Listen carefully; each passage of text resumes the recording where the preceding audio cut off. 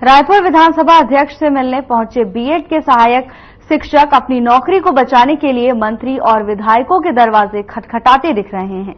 रायपुर में विधानसभा अध्यक्ष डॉक्टर रमन सिंह से मिलने बीएड के टीचर्स पहुंचे। बीएड के सहायक शिक्षक दर दर भटकते नजर आ रहे हैं। देखिए हमारी एक खास रिपोर्ट।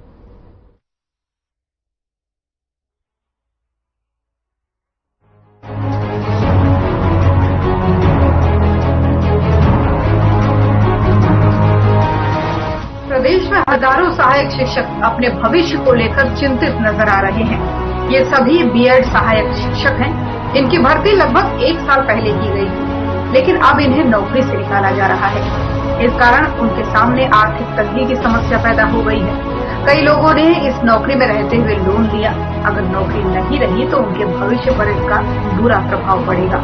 अपनी इस नौकरी को बचाने के लिए ये सहायक शिक्षक लगातार शासन प्रशासन से मदद की गुहार लगा रहे हैं और इसी कड़ी में ये सभी सहायक शिक्षक विधानसभा अध्यक्ष रमन सिंह के शंकर नगर स्थित शासकीय आवास पहुंचे।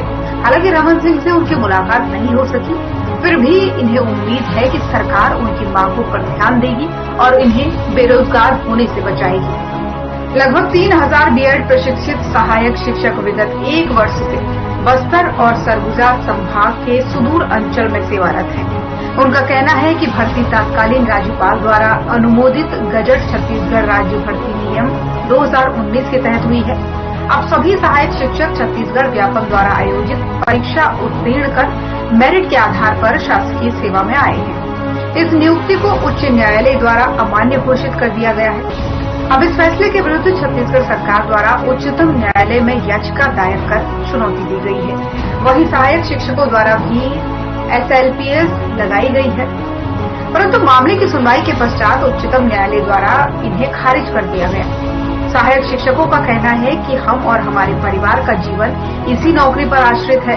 नौकरी चले जाने के पश्चात हम पर आजीविका का संकट और इसी के साथ साथ मानसिक, आर्थिक और सामाजिक तौर पर उत्पीड़न की भयावह स्थिति बनी। इसी परेशानी को देखते हुए सरकार से गुहार लगाते हैं कि हमारी परेशानियों को देखते हुए हमें वापस से नौकरी करने दें। आज विधानसभा अध्यक्ष डॉक्टर रमन सिंह के घर के सामने बीएड के टीचर्स यहाँ मौजूद हैं। बीएड के टीचर्सों का कहना है कि वो प्राइमरी स्कूल में पढ़ाते हैं, लेकिन किसी कारणवश पिछले 1 साल से वो लोग कार्यरत हैं और उन लोग अपनी नौकरी बचाने के लिए मंत्रियों के दरवाजे खटखटा रहे हैं। प्राइमरी स्कूल के टीचर्स मतलब आप समझ गए होंगे कि वो उन बच्चों का नींव है जो भविष्य में जो आगे बढ़ के IPS, IAS या कोई मंत्री बनने वाले हैं, उनका नींव है।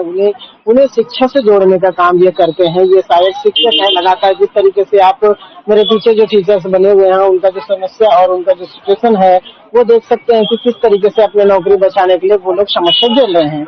यहाँ पे बने हुए हैं काफी सारे लोग। हम लोग उनसे भी बात करने की कोशिश करते हैं। क्या समस्या मैडम, क्या ऐसा समस्या है जिसको लेकर आज आप लोग रायपुर में विधानसभा अध्यक्ष के घर के सामने आप लोग जमावड़ा लगाए? जी, हम लोग 2023 में जो भर्ती हुई थी उसके हम असिस्टेंट टीचर की भर्ती हुई थी प्राइमरी स्कूल के लिए, तो हम असिस्टेंट टीचर है। और क्या हुआ कि हमारी भर्ती थी वो नियमानुसार हुई थी, है ना। जब नोटिफिकेशन आया था भर्ती का तो उसमें BEd DEd दोनों पात्र थे।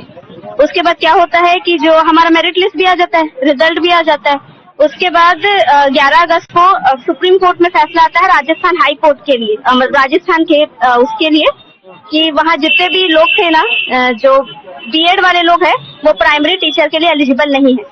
अब उसके फैसले के आधार पे जो डीएड वाले जिनका सिलेक्शन नहीं हुआ है वो हाई कोर्ट में, हमारे छत्तीसगढ़ के हाई कोर्ट में फैसला मतलब केस कर देते हैं, जिसके कारण हमारा काउंसलिंग बंद हो जाता है। और उसके बाद वहाँ हाई कोर्ट से भी फैसला आता है, ये अभी 2 अप्रैल को आया था 2024 को, कि हम एलिजिबल नहीं है ना, ये प्राइमरी टीचर बनने के लिए। अब क्या हुआ कि वहाँ पर तो फिर हम सरकार के पास गए, सरकार हमारा SLP लेकर सुप्रीम कोर्ट गई और सरकार ने हमारा साथ दिया उस समय। उसके बाद सुप्रीम कोर्ट ने भी अभी ये 28 अगस्त को हम लोग का जो केस था वो उसको डिसमिस कर दिया गया है। तो अब हमको डर लग रहा है कि हो सकता है हमारी नौकरी खतरे में है और हमको इस पद से पद मुक्त कर दिया जाएगा, तो हम कहाँ जाएंगे, हमारा यही प्रॉब्लम है।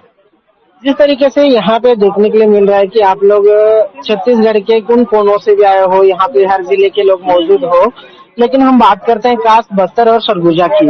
उन इलाकों में किस तरीके से आप लोग सेवा दे रहे हैं? क्या पिछले 1 साल से आप लगातार सेवा दे रहे होंगे? और तो उसमें कैसे आप लोगों को पेश करना पड़ता है? और इस समय में अचानक बच्चों को ऊपर जिस तरीके से आप लोग पढ़ा रहे हो, जो आप न्यू बना के रखे हो, अचानक टीचर्स चेंज हो जाने से बच्चों का न्यू बिगड़ जाता है।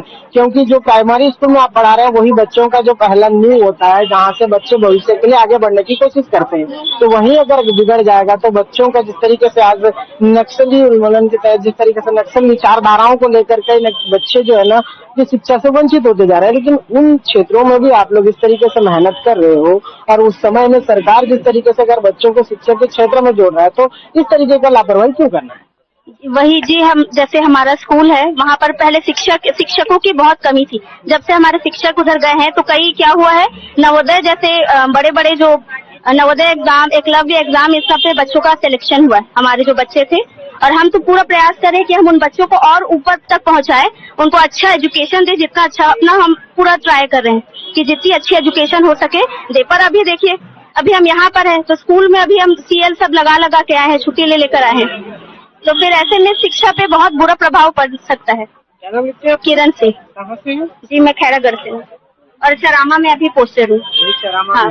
जिस तरीके से देखा जाए तो यहाँ पे टीचर्स अपने अपने जो समस्या को लेकर गुहार लगा रहे हैं, मंत्री या फिर यहाँ के कोई विधानसभा अध्यक्ष या फिर यहाँ के मुख्यमंत्री उनकी बात सुने, ताकि ये जो इनके साथ नाइंसाफी हो रहा है वो ना हो और वापस से इनको अपने पद पे कार्यरत रहने दे। ये क्या नाम लिखते हैं आपका? शुभम चंद्राकर। जिस तरीके से ये समस्या आप लोगों को एक साथ पेश होना पड़ रहा है कि जहाँ बच्चों को पढ़ाना चाहिए उस समय को वहाँ छोड़कर आप लोग यहाँ आके मंत्रियों का दरवाजा खटखटा रहे हैं, ऐसा क्या समस्या आना पड़ेगा?